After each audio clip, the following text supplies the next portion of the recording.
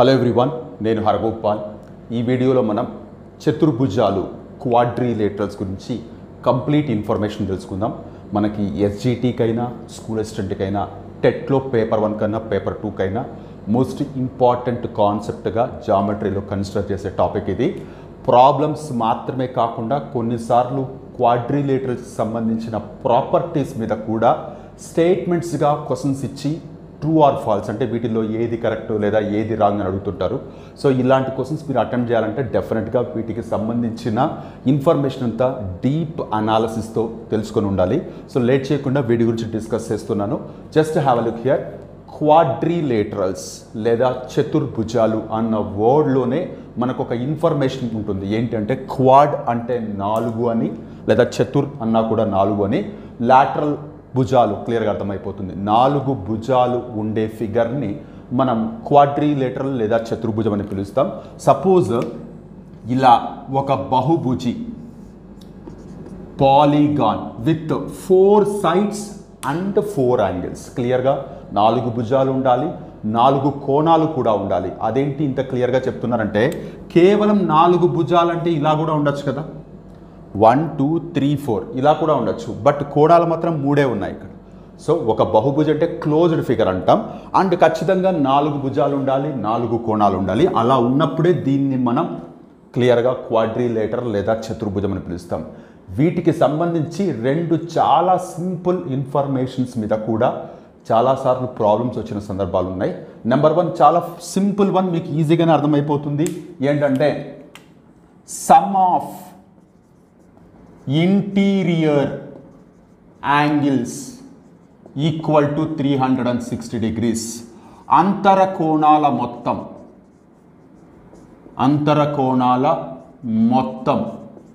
Equal to 360 degrees అవుతుంది. ఇది చాలా సింపుల్ పాయింట్. ఎలా అవుతుంది అనేది మీరు పెద్దగా బుర్ర బద్దలు కొట్టుకోవాల్సిన అవసరం లేదు. సో ఇక్కడ 4 కోణాలు ఏవైతే ఉన్నాయో ఈ 4 కోణాలు ఒక్కొక్కటి ఎంత ఉన్నా, ఏది పెద్దగా ఉన్నా, ఏది చిన్నగా ఉన్నా ఖచ్చితంగా ఆ 4టిని కలిపితే మాత్రం 360 డిగ్రీస్ అవుతుంది. ఎలా అవుతుందంటే కూడా చాలా సింపుల్గా అర్థం చేసుకోవచ్చు. ఫర్ ఎగ్జాంపుల్ ఇలా జాయిన్ చేయండి. జాయిన్ చేస్తే మీకు ఏమవుతుంది, 2 ట్రయాంగిల్స్ ఫామ్ అయినాయి. మనకి ట్రయాంగిల్లో ఉండే ఇంటీరియర్ యాంగిల్స్ కలిపితే 180 డిగ్రీస్ అని ట్రయాంగిల్స్లో మనం నేర్చుకునే బేసిక్ ప్రాపర్టీ అది. సో ఆ సెన్స్లో ఇక్కడ 180 ఇక్కడ 180 కలిపితే 360. దీన్ని బేస్ చేసుకొని కూడా చాలా డిఫరెంట్ క్వశ్చన్స్ వచ్చే ఛాన్స్ ఉంది. అంటే ఇక్కడ ఉండే 4 యాంగిల్స్లో ఏదో ఒక యాంగిల్ మిస్ చేసి కనుక్కోమనొచ్చు. కాకపోతే అది మరీ బేసిక్ లెవెల్ ప్రాబ్లం. అలా కాకుండా కొన్నిసార్లు ఇక్కడ ఆల్జిబ్రిక్ ఎక్స్ప్రెషన్స్ ఇవ్వచ్చు. ఇట్లా 3x - 7, 4x + 5, 5x - 13 ఇలా ఇచ్చి ఎక్స్ వాల్యూ కనుక్కోండానో, లేకపోతే అన్నిట్లోకి చిన్న యాంగిల్ ఎంతనో పెద్ద యాంగిల్ ఎంతనో రకరకాలుగా ఆడచ్చు. సో ఇక్కడ ఏ ప్రాబ్లం తీసుకున్నా ఇంటీరియర్గా ఆ ప్రాబ్లం సాల్వ్ చేయడానికి మనం వాడే కాన్సెప్ట్ ఏంటయ్యా అంటే అంతర కోణాల మొత్తం 360 డిగ్రీస్ అవుతుంది. ఇది చాలా సింపుల్ అండ్ పవర్ఫుల్ కూడా. అలాగే ఇంకొక ఇంపార్టెంట్ థింగ్ ఏంటంటే కన్స్ట్రక్షన్ ఆఫ్ క్వాడ్రిలేటరల్స్ నాకు ఇలా రాయడం అలవాటు. సో చతుర్భుజాల నిర్మాణం. సడన్గా ఇది ఎందుకు వచ్చింది ఇక్కడ కన్స్ట్రక్షన్ అంటే, దాని మీద ఏం ప్రాబ్లమ్స్ ఉన్నాయని చాలామంది అనుకుంటుంటారు. ఇక్కడ మీరు గుర్తుపెట్టుకోవాల్సింది ఏంటంటే, ఒక ట్రయాంగిల్ కనుక కన్స్ట్రక్ట్ చేయాల్సి వస్తే, ఒక త్రిభుజం నిర్మించాల్సి వస్తే మీ దగ్గర 3 సైడ్స్ ఉన్నా మీరు కన్స్ట్రక్ట్ చేయొచ్చు. 2 సైడ్స్ వాటి మధ్యలో యాంగిల్ ఉన్నా కన్స్ట్రక్ట్ చేయొచ్చు. 2 యాంగిల్స్ వాటి మధ్యలో సైడ్ ఉన్నా కన్స్ట్రక్ట్ చేయొచ్చు. ఇలా 3 ఇన్ఫర్మేషన్స్ ఉన్నప్పుడు ట్రయాంగిల్ని లేదా త్రిభుజాన్ని నిర్మించవచ్చు. త్రిభుజం అంటేనే 3 కోణాలు ఉంటాయి, 3 భుజాలు ఉంటాయి. కన్స్ట్రక్ట్ చేస్తున్నప్పుడు కూడా 3 ఇన్ఫర్మేషన్స్ ఉన్నప్పుడే పాసిబుల్ అన్నది మైండ్లో పెట్టుకొని, ఒకవేళ ఒక క్వాడ్రిలేటరల్ ఒక చతుర్భుజం నిర్మించడానికి కావలసిన ఇండివిజువల్ ఇన్ఫర్మేషన్స్ ఎలాంటి ఇన్ఫర్మేషన్స్ ఉండాలి అనగానే చాలామంది త్రిభుజంలో 3 ఉంటాయి కాబట్టి క్వాడ్రిలేటరల్లో 4 అని రాస్తారు. బట్ ఖచ్చితంగా మీరు గుర్తుపెట్టుకోవాల్సింది 5 ఇన్ఫర్మేషన్స్ ఉండాలి. కేవలం 4 భుజాలు ఇచ్చినంత మాత్రాన మనము చతుర్భుజాన్ని నిర్మించలేము. ఏదో ఒక అడిషనల్ ఇన్ఫర్మేషన్ ఉండాలి. డయాగ్నల్ కావచ్చు, సైడ్ కావచ్చు, ఇంకా ఏదైనా కావచ్చు. అయితే కొన్నిసార్లు కొంతమంది కొంచెం ప్రాక్టీస్ చేసిన వాళ్ళు ఒక స్క్వేర్ కన్స్ట్రక్ట్ చేయడానికి సైడ్ 4 అని మాత్రమే ఇచ్చి ఉన్నప్పుడు చతురస్రం లేదంటే స్క్వేర్ కన్స్ట్రక్ట్ చేసేస్తున్నాము. 4 అని మాత్రమే ఇన్ఫర్మేషన్ ఇస్తున్నారు. ఒక్క ఇన్ఫర్మేషనే కదా ఇస్తున్నది, మీరేంటి 5 ఉండాలని చెప్తున్నారు అనుకుంటారు. బట్ ఇక్కడ మీరు ఇది కన్స్ట్రక్ట్ చేస్తున్నప్పుడు ఒక సైడ్ 4 అంటే ఆల్ సైడ్స్ 4 అనే తీసుకుంటారు, అంటే 4 సైడ్స్ తీసుకుంటున్నారు. అలాగే ఇది స్క్వేర్ అని చెప్తున్నప్పుడు ఒక యాంగిల్ 90 degrees తీసుకుంటారు. ఓవరాల్గా మీరు ఎన్ని వాల్యూస్ వర్కౌట్ చేస్తున్నారు లేదా ఎన్ని వాల్యూస్ వాడుతున్నారు? 5 వాల్యూస్ వాడుతున్నారు. సో చాలా సింపుల్ అయినప్పటికీ చాలా పవర్ఫుల్ వన్. ఒక క్వాడ్రిలేటరల్ అది ఏదైనా కావచ్చు, అంటే ఫర్దర్ మనకు వచ్చే డిఫరెంట్ టైప్స్ ఆఫ్ క్వాడ్రిలేటర్స్లో ఏదైనా కావచ్చు. క్వాడ్రిలేటరల్ కన్స్ట్రక్ట్ చేయాలంటే 5 ఇండివిజువల్ ఇన్ఫర్మేషన్స్ ఖచ్చితంగా తెలిసి ఉండాలి. ట్రయాంగిల్లో ఉన్నట్టు అక్కడ 3 కాబట్టి ఇక్కడ కూడా 4 అనుకొని పొరపాటున ఆప్షన్ పెడుతూ ఉంటారు. చాలా కేర్ఫుల్గా ఉండాలి. కొన్నిసార్లు ఇన్ఫర్మేషన్ పాయింట్ ఆఫ్ వ్యూలో ఇచ్చి ఏది కరెక్ట్ ఏది రాంగ్ అన్నప్పుడు కూడా ఒక క్వాడ్రిలేటరల్ కన్స్ట్రక్ట్ చేయడానికి 4 ఇన్ఫర్మేషన్స్ ఉంటే సరిపోతుంది అంటే అదే నిజం అనుకుంటారు. అది చాలా కేర్ఫుల్గా ఉండాలి. సో ఈ 2 ఇన్ఫర్మేషన్స్ చాలా సింపుల్ ఇన్ఫర్మేషన్స్ అయినప్పటికీ ప్రాబ్లమ్స్ రావడానికి డెఫినెట్గా ఛాన్స్ ఉంది. ఇక దీంతో అయితే మీరు కేవలం ఈ ఇన్ఫర్మేషన్ తెలిసినంత మాత్రానే కాదు, ఆల్జిబ్రాకి సంబంధించి బేసిక్ ఈక్వేషన్స్ని ఎలా యాడ్ చేస్తున్నప్పుడు లైక్ టర్మ్స్ అన్లైక్ టర్మ్స్ అనేది ఎలా క్యాలిక్యులేట్ చేస్తామని ఖచ్చితంగా తెలిసి ఉండాలి. అలా తెలిసినప్పుడే మనకి ప్రాపర్గా ఆన్సర్ వస్తుంది. సో క్వాడ్రిలేటరల్స్లో మీరు తెలుసుకోవాల్సిన బేసిక్ ఇన్ఫర్మేషన్ ఇది. వీటి మీద కూడా ప్రాబ్లమ్స్ ఉంటాయన్న ఖచ్చితంగా ఐడియా మీకు ఉండాలి. ఇకపోతే క్వాడ్రిలేటరల్స్లో మనకి డిఫరెంట్ టైప్స్ ఆఫ్ క్వాడ్రిలేటరల్స్ ఉన్నాయి. ఏంట టైప్స్ ఆఫ్ క్వాడ్రిలేటరల్స్ ఎలా అర్థం చేసుకుంటాము అన్నది చాలా ఇంపార్టెంట్. ఇక్కడ నెంబర్ 1 నేను ఇక్కడ ఇలా పెట్టి నెంబర్ 1 జాగ్రత్త చూడండి, ట్రెపీజియం. తెలుగులో కూడా ట్రెపీజియం అని రాసుకుంటుంటారు, చాలా చోట్ల అలాగే అడుగుతుంటారు. ట్రెపీజియం. Number 2 isosceles trapezium. ఒక్కొక్క దాని గురించి నేను డీటెయిల్గా డిస్కస్ చేస్తాను. Number 3 parallelogram. దీన్నైతే తెలుగులో సమాంతర చతుర్భుజం అంటాం. Number 4 rectangle. తెలుగులో దీన్ని మనం దీర్ఘ చతురస్రం అని పిలుస్తాం. అలాగే నెంబర్ 5 స్క్వయర్, చాలా ఫేమస్ వన్, చతురస్రం అని పిలుస్తుంటాం దీన్ని. Number 6 rhombus. తెలుగులో కూడా దీన్ని రాంబస్ అని పిలుస్తూ ఉంటారు. Number 7 kite. తెలుగులో కూడా కైట్ అని రాస్తూ ఉంటారు. నెంబర్ 8 వీటి గురించి నేను లాస్ట్లో మాట్లాడతాను. సో ఈ 7 అండ్ +1 దీని గురించి ఫినిష్ చేస్తున్నప్పుడు చెప్తాను. ఈ డిఫరెంట్ క్వాడ్రిలేటరల్స్ ఏవైతే ఉన్నాయో ఒక్కొక్క దాని మీద చాలా వండర్ఫుల్ ఇన్ఫర్మేషన్ ఉంది. ఆ ఇన్ఫర్మేషన్ తెలిసినప్పుడే మీరు దానికి సంబంధించిన ప్రాబ్లమ్స్ కాన్ఫిడెంట్గా చేయగలరు. అసలు ఏంటి ఇలాంటివన్నీ ఎలా వస్తాయి, ఎలా కండిషన్స్ తీసుకుంటామంటే, ఒక క్వాడ్రిలేటరల్ లేదా చతుర్భుజం అంటే మనకి తెలిసింది జస్ట్ 4 సైడ్స్ 4 యాంగిల్స్ ఉంటే చాలు. దాన్ని మనం క్వాడ్రిలేటరల్ లేదా చతుర్భుజం అని పిలుస్తాం. ఒకవేళ ఆ చతుర్భుజంలో లేదా ఆ క్వాడ్రిలేటరల్లో 1 పెయిర్ ఆఫ్ ఆపోజిట్ సైడ్స్ ప్యారలల్గా ఉంటే, అంటే ఫర్ ఎగ్జాంపుల్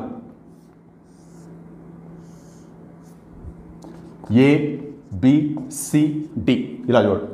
దీంట్లో కనుక AB ప్యారలల్ టు CD ఏదైనా కావచ్చు, ఇవి 2 కావచ్చు, ఇవి 2 కావచ్చు. నేను డయాగ్రామ్ వేసేటప్పుడు ఇవి 2 ప్యారలల్గా ఉండేలాగా వేసాను కాబట్టి AB ప్యారలల్ టు CD అంటే ఒక జనరల్ క్వాడ్రిలేటరల్లో 1 పెయిర్ ఆఫ్ ఆపోజిట్ సైడ్స్ కనుక ప్యారలల్ అయితే దాన్ని మనం ట్రెపీజియం అని పిలుస్తాం. మరి వెంటనే ఇంకోటి ఏదో ఉంది ఐసాస్లస్ ట్రెపీజియం అని. దీని గురించి కూడా ప్యారలల్గా తెలుసుకోవడం చాలా మంచిది. దీనికి ఐసాస్లస్ ట్రెపీజియంకి తేడా ఏంటి అంటే, ఇక్కడ ఏదైతే మనం చెప్తున్నామో 1 పెయిర్ ఆఫ్ ఆపోజిట్ సైడ్స్ ప్యారలల్గా ఉంటాయని, అది ఇక్కడ కూడా సాటిస్ఫై అవుతుంది. మరి దీనికి తేడా ఎక్కడ వస్తుంది అంటే, ఇక్కడ ప్యారలల్గా ఉండే సైడ్స్ కాకుండా మిగిలినవి ఏవైతే ఉన్నాయో వాటిని నాన్ ప్యారలల్ సైడ్స్, సమాంతరము కాని ఎదురెదురు భుజాలు అంటాం. అవి ఇక్కడ సమానంగా లేవు, ఇక్కడ ఉంటాయి. అంతే, సింపుల్ తేడా. సో ఈ రెండిట్లో కామన్గా ఉండేది ఏంటి అంటే ఎదురెదురు భుజాలు ప్యారలల్గా ఉంటాయి, అంటే వన్ పెయిర్ కూడా, వన్ పెయిర్ మాత్రమే. ఇక్కడ నాన్ ప్యారలల్ సైడ్, సమాంతరము కాని భుజాలు సమానంగా ఉంటే దాన్ని మనం ఐసాస్లెస్ ట్రెపీజియం అంటాం. ఇక్కడైతే సమానంగా ఉండవు కాబట్టి జస్ట్ ట్రెపీజియం అంటాం. మరి ఈ రెండిట్లో ఖచ్చితంగా ఉండే ఇన్ఫర్మేషన్ ఏంది, ఈ రెండింటికి డిఫరెన్స్ ఏంటి ఖచ్చితంగా తెలియాలి. ఏంటి అంటే ఇవి రెండు ప్యారలల్ ఉన్నప్పుడు ఖచ్చితంగా యాంగిల్ ఏ, ఇక్కడ మధ్యలో రాస్తాను, angle A plus angle D equal to 180 degrees అవుతుంది. ఎందుకు? ఇవి interior angles on the same side of transversal, తిర్యగ్రేఖకి ఒకే వైపున ఉండే అంతర కోణాలు సంపూరకాలు అవుతాయని లైన్స్ అండ్ యాంగిల్స్లో మనం నేర్చుకుంటాం. సో ఇక్కడ ఇవి రెండు ప్యారలల్, ఇక్కడ కూడా ఇవి రెండు ప్యారలల్, అంటే ఇక్కడ కూడా ఈ రెండు యాంగిల్స్ కలిపితే 180 degrees అవుతుంది. ఇవి రెండు మాత్రమే కాదు, ఈవెన్ ఇక్కడ ఈ యాంగిల్స్ కలిపితే కూడా, what is that, angle b plus angle c equal to 180 degrees, అది ఇక్కడ కూడా సాటిస్ఫై అవుతుంది. సో ఈ ప్రాపర్టీ ఏదైతే ఉందో ఇది రెండిటికి సరిపోతుంది, రెండిటికి ఉంటుంది. ఇక ఈ రెండిటికి ఉండే డిఫరెన్సెస్ గురించి మాట్లాడదాం. ఇక్కడ one pair of opposite sides parallel ఉన్నాయి, ఇక్కడ ఈ రెండు యాంగిల్స్ కలిపితే 180, ఈ రెండు యాంగిల్స్ కలిపితే 180. ఇవి రెండిటికి ఉండే కామన్ ప్రాపర్టీస్. ఇప్పుడు డిఫరెన్సెస్ గురించి మాట్లాడుతున్నాం. ఏంటి అంటే ఒకవేళ మీరు ఇక్కడ డయాగ్నల్స్ జాయిన్ చేస్తే, ఇక్కడ చూడండి, డయాగనల్స్ ఆర్ అన్ఈక్వల్, కర్ణాలు అసమానం, సింపుల్గా అర్థం చేసుకోవచ్చు. సేమ్ థింగ్ ఇక్కడ అసమానం అని చెప్తున్నామంటే అక్కడ చూడగానే మీకు అర్థం కావాలి. డయాగ్నల్స్ కనుక జాయిన్ చేస్తే ఈ డయాగ్నల్స్ సమానం, డయాగ్నల్స్ ఆర్ ఈక్వల్, కర్ణాలు సమానం. చాలా సింపుల్ వన్. కర్ణాలు అసమానం, కర్ణాలు సమానం. అండ్ ఇక్కడ మోస్ట్ ఇంపార్టెంట్ థింగ్ ఏంటంటే ఐసాస్లెస్ ట్రెపీజియంలో ఈ కింద కనపడుతున్న ఈ రెండు యాంగిల్స్ని మనం బేస్ యాంగిల్స్ అంటాం.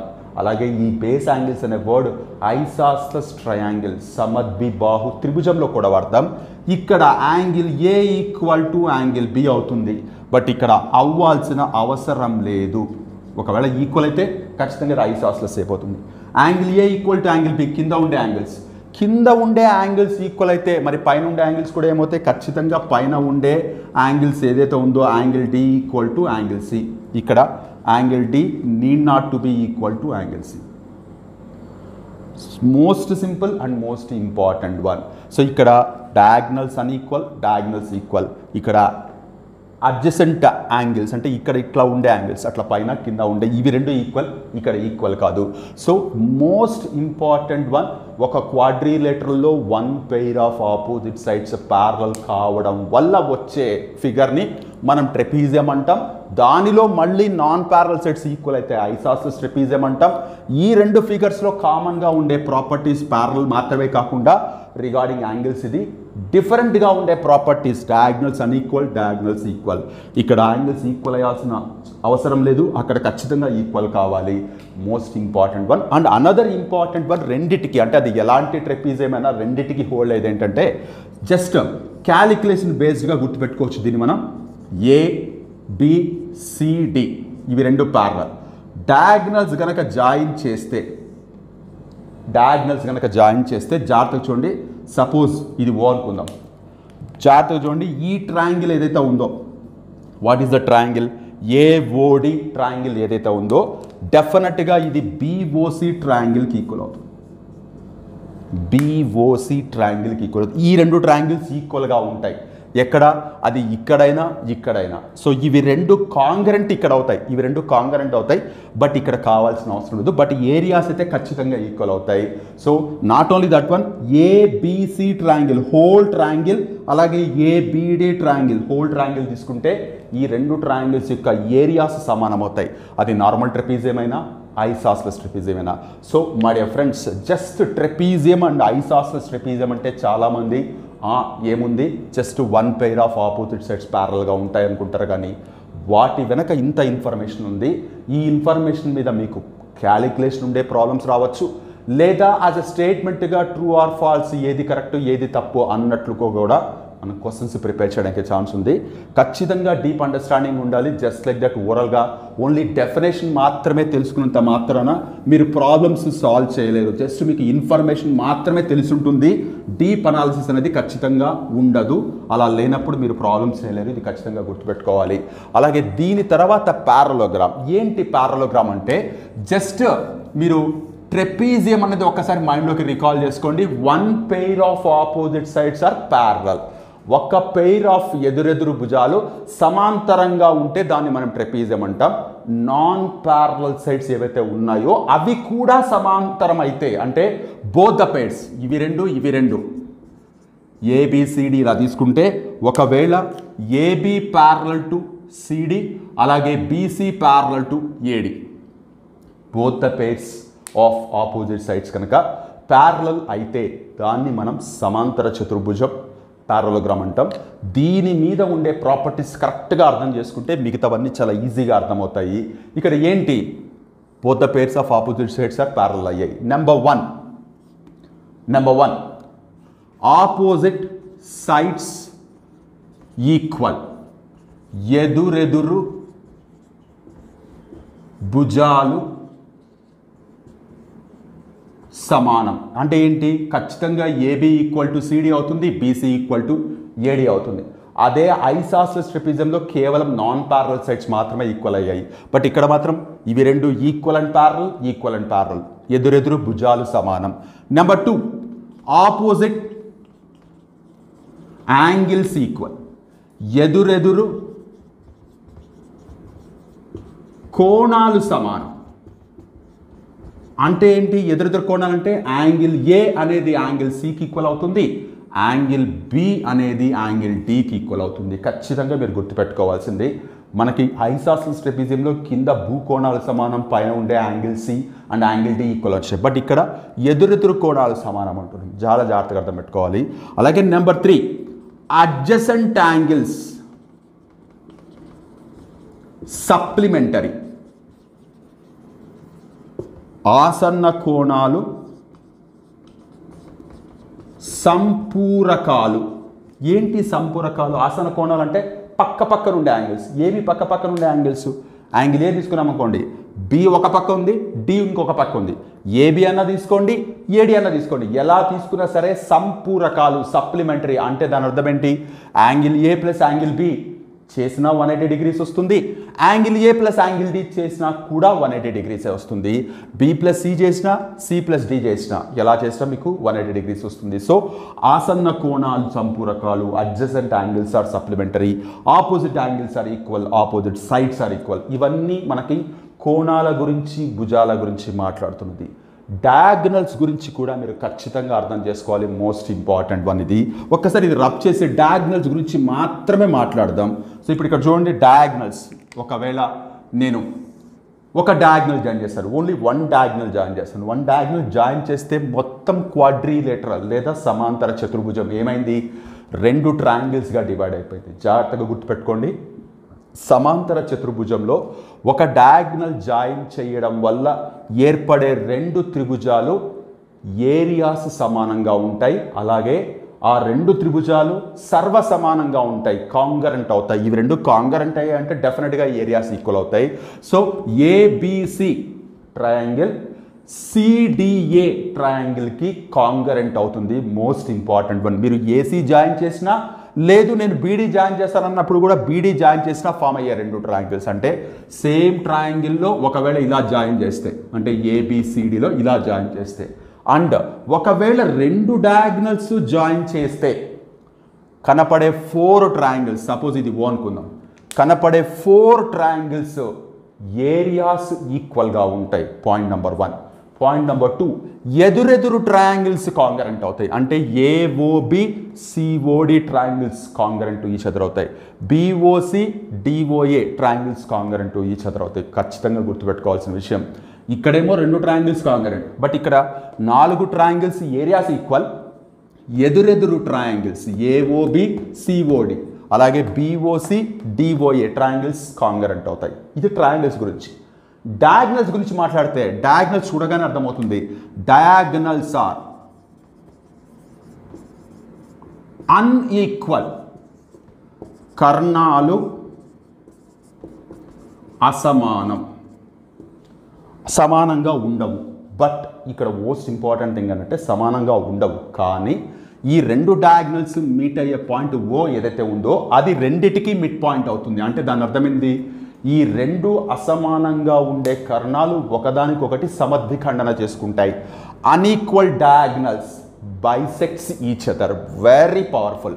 Unequal diagonals bisects each other ఎక్కడ జరుగుతుంది అని అంటారు. జస్ట్ ఇదే అంటారు, unequal diagonals bisects each other in which diagram అని కింద ఆప్షన్స్ ఇస్తారు. ఇస్తే అన్ఈక్వల్ డయాగ్నల్స్ ఉండి ఒకదానికొకటి బైసెక్ట్ అయ్యేది మనకి ఇక్కడ ఒకటి, అలాగే రాంబస్లో కూడా ఒకటి. చాలా ఇంపార్టెంట్ వన్. అన్ఈక్వల్ డయాగ్నల్స్ సమానంగా ఉండకూడదు, ఒకదానికొకటి బైసెక్ట్ కావాలి. బైసెక్ట్ మాత్రమే కావాలి అంటే ఇక్కడ 90 degrees ఫామ్ అవుతుందంటే రాంబస్లో. సో ఒక పారలోగ్రామ్లో ఇన్ని రకాల ప్రాపర్టీస్ ఉన్నాయి. మళ్ళీ ఒక్కసారి రికాల్ చేస్తున్నాను. Both the pairs of opposite sides parallel అయితే దాన్ని పారలోగ్రామ్ అంటాం. రెండు జతల ఎదురెదురు భుజాలు సమాంతరంగా ఉంటే దాన్ని మనం సమాంతర చతుర్భుజం అంటాం. సమాంతర చతుర్భుజంలో సమాంతరం అన్న విషయం పక్కకి పెట్టి ఎదురెదురు భుజాలు సమానంగా ఉంటాయి. Opposite sides are equal.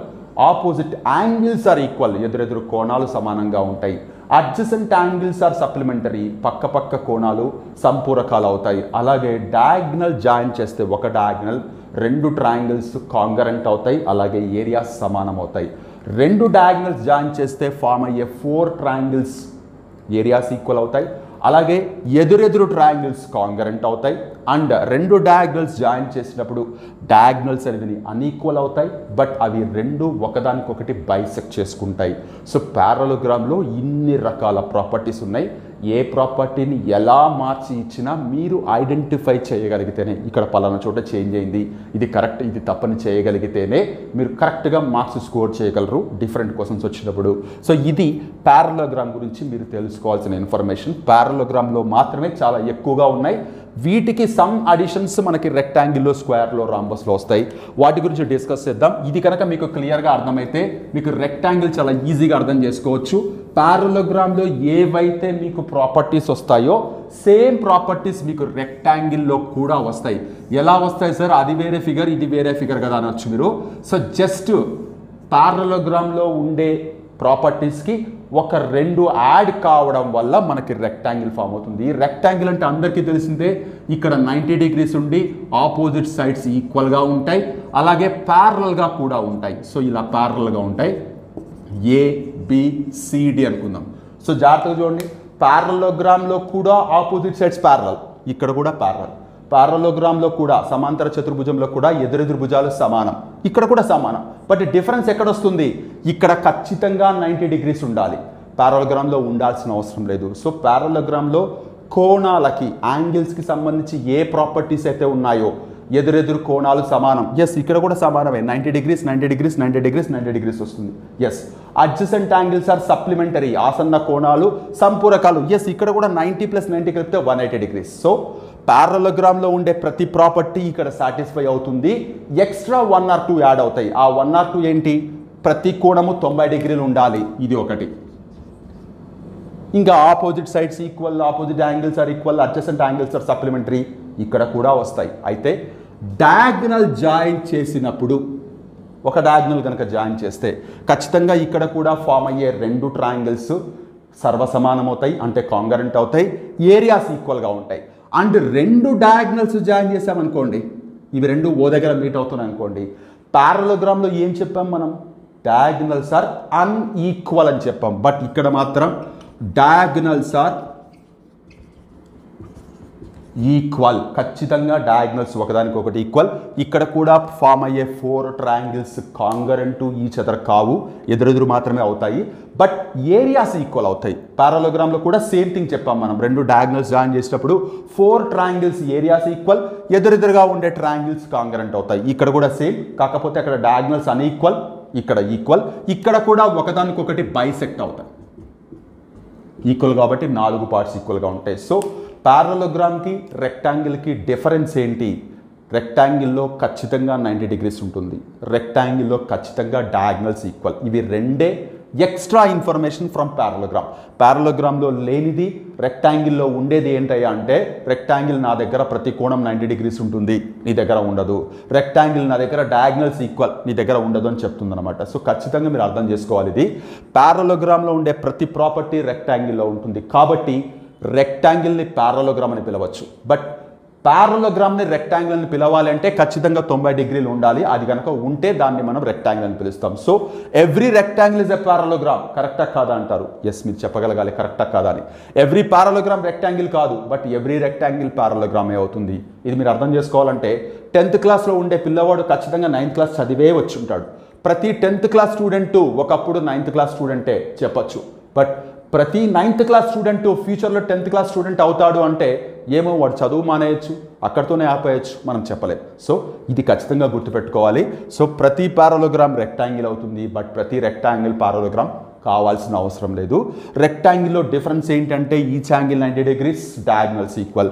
ఇది మీకు అర్థమైతే చాలు. అలాగే ఇది మీకు అర్థమైతే స్క్వేర్ కూడా చాలా ఈజీగా అర్థమవుతుంది, లేదా చతురస్రము ఏంటి చాలా సింపుల్. చతురస్రానికి అండ్ దీర్ఘ చతురస్రానికి డిఫరెన్స్ మీకు చాలా చోట్ల మీరు చూసే ఉంటారు డయాగ్రామ్తో సహా.